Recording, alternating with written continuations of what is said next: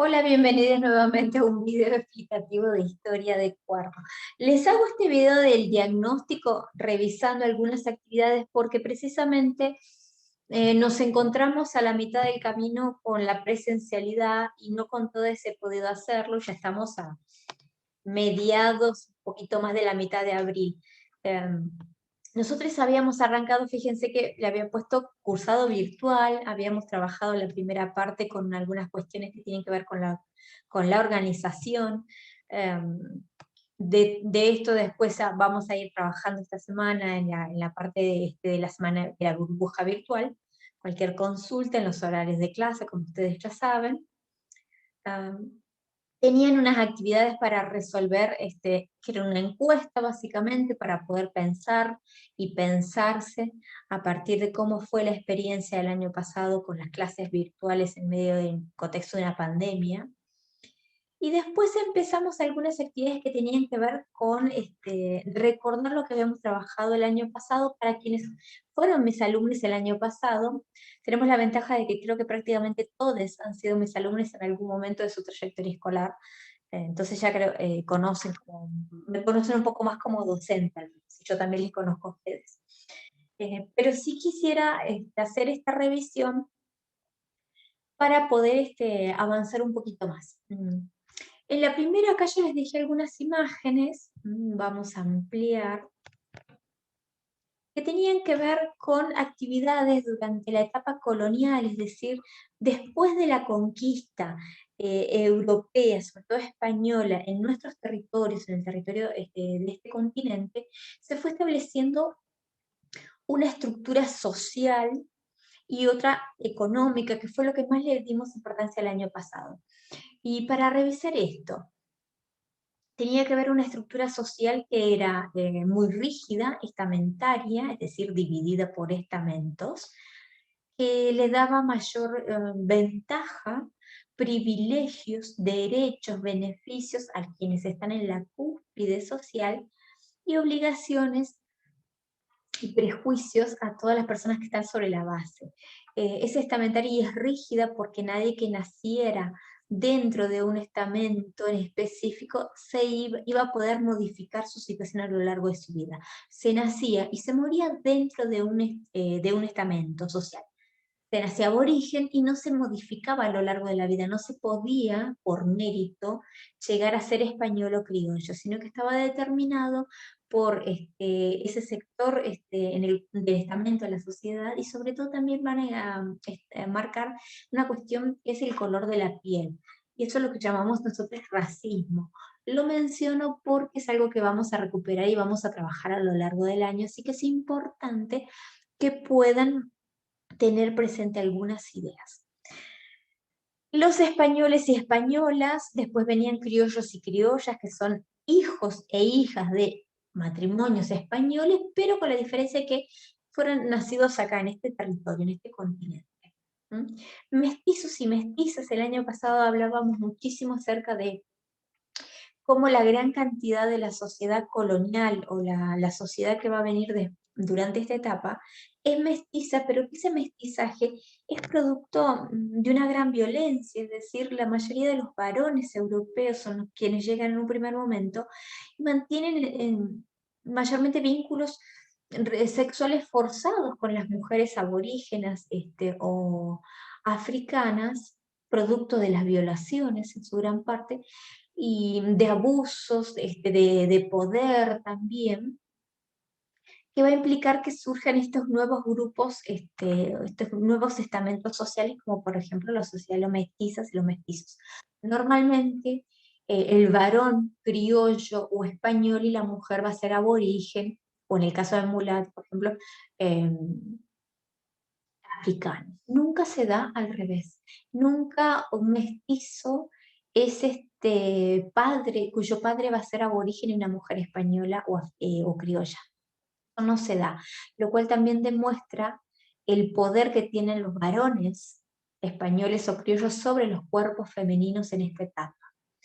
Hay mulatos y mulatas ambos, y también la población africana es traída en condiciones de esclavitud a este continente, porque lo que les importa a los españoles y los portugueses, el territorio de lo que hoy es Brasil, es la explotación de los recursos naturales, sobre todo el metal y la plata, pero en algunos lugares en donde zonas mineras, como por ejemplo la que tenemos acá, en donde los africanos y africanas no resisten las condiciones de el clima, el trabajo forzado, van a ser aborígenes. En otros lugares, la explotación de café, de la caña de azúcar o servicio doméstico, eh, van a ser los africanos y africanas traídos en condiciones de esclavitud. Entonces volvemos a repetir, es una sociedad estamentaria, basada en estamentos, es rígida, que en definitiva siempre va a favorecer al conquistador. Obviamente mencionábamos que el gran motivo de la explotación tiene que ver con los metales.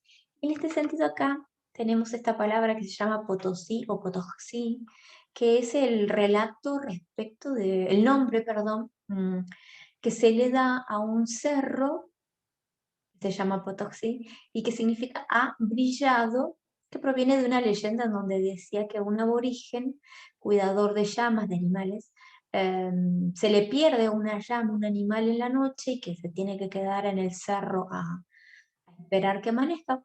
Y cuando hace fuego, el cerro se ilumina y la expresión de él es Potosí ha brillado, porque el metal de plata, los hilos de plata estaban a simple vista y por lo tanto con el fuego le devolvieron la luz. Potosí va a ser una de las explotaciones mineras más importantes de nuestro continente, estaría hoy ubicado en lo que es el sur de Bolivia, muy cercano a lo que es Jujuy y Salta en nuestro territorio, el territorio argentino nacional, ¿m? Y del cual se extrae una enorme cantidad de metal que después se va a ir trasladando eh, para sacarlo y definitivamente trasladarlo a España. Por eso acá yo les había puesto, la idea inicialmente era que este mapa lo íbamos a utilizar para socializar en una clase de Zoom, pero como volvimos a la presencialidad, con algunos grupos ya lo estuve hablando. Para quienes no, y para que no nos atrasemos, estoy haciendo este video. Acá si ustedes ven, este es un mapa que más o menos intenta reflejar lo que fue el territorio organizado como el Virreinato del Río de la Plata, creado en 1776 por los españoles. En este virreinato que estaba dividido por varias audiencias y demás, acá se encuentra con rojo mencionado dónde estaba ubicada geográficamente la ciudad eh, como central de la explotación minera en el sur del continente, que es Potosí. Este camino que yo les estoy mostrando en violeta es el camino por el cual sacaban la plata. En carretas, los lingotes de plata se ponían en carretas con una custodia que demás llevaban y los trasladaban a Buenos Aires, a la ciudad puerto que la crearon porque está ahí ubicada porque es las condiciones en las cuales se puede instalar un puerto donde se ponían los barcos pertenecientes a la corona española y se trasladaban todos los lingotes de plata, todas las riquezas, otras riquezas también más que se sacaban, con destino a España. Si ustedes se fijan, a lo largo de este recorrido, aquí hay algunas ciudades muy antiguas en nuestro territorio. Por ejemplo, San Salvador de Jujuy, Salta, Tucumán, Santiago del Estero, Córdoba, Santa Fe, Rosario, Buenos Aires. Esa ruta es la antigua Ruta del Plata, hoy la Ruta 9, la Ruta Nacional 9. ¿Mm? Es como un río de plata que fluye, por eso se le puso el nombre al virreinato como Río de la Plata. Pero ahora, el Potosí es una ciudad que está ubicada a más de 3.500 metros sobre el nivel del mar, es decir, que está muy alta, en la zona como una cordillera de los Andes.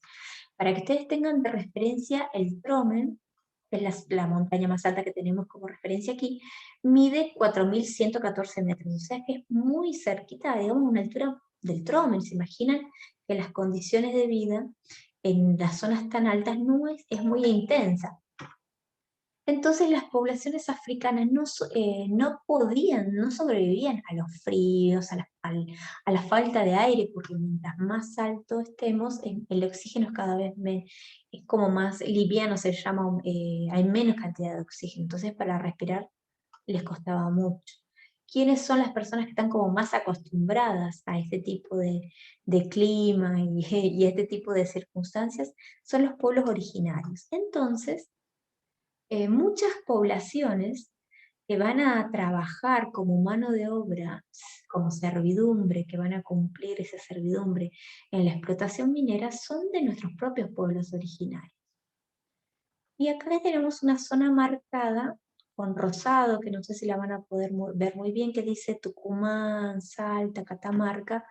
Es una zona que específicamente se sacó población de esa región, de los valles calchaquíes sobre todo, donde habían pueblos aborígenes que fueron sometidos por los españoles y que eran llevados a la explotación minera del Potosí. Y aquí trasladados al Potosí. Entonces ahí ya estamos pensando, ¿qué pasaba en este territorio que luego va a ser nuestro país? Pero durante la etapa colonial tenemos una explotación minera, una ciudad-puerto, tenemos rutas comerciales, tenemos el avance sobre los españoles sobre algunos pueblos originarios del noroeste, por ejemplo, Quilmes, la zona de esta acá, de los valles calchaquíes, y la instalación de organizaciones, por ejemplo, la gobernación del Tucumán. De este lado, en verde dice Gobernación del Paraguay, va a estar la parte de que se llama Misiones, Corrientes, que es otra parte del territorio nuestra. Ahí van a estar instaladas misiones jesuitas, es decir, una orden religiosa. Por esa razón, por esas órdenes religiosas de los jesuitas, formaban pequeños pueblos o misiones, tenemos una provincia que se llama precisamente Misiones. Y rápidamente, para no extender tanto este video, nuestros pueblos originarios en nuestra región. Nosotros vivimos en el norte de la Patagonia, por acá, más o menos. Acá tenemos los ríos nuestros, el Colorado. La gobernación está de Cuyo, acá está como media extensa, un poquito más arriba debería ir. Pero, ¿qué pasa con estos pueblos originarios de la Patagonia? Los Pampas. Por acá, los Pampas. Sur de Córdoba, más o menos, los ranqueles. Mapuches en nuestra zona. Y un poquito más abajo, acá, tehuelches y demás. ¿Qué pasa con estos pueblos originarios de la Patagonia y de la Nueva Patagonia, inclusive la Pampa acá? Nunca fueron conquistados por los españoles. Nunca lograron efectivamente conquistar, pero sí va a haber una gran influencia y comercio inclusive entre europeos y pueblos originarios. De la Nor Patagonia vamos a trabajar. Como para más o menos ir adentrándonos e ir reconociendo ciertos aspectos que hacen a nuestro territorio, a lo que va a ser luego la Argentina.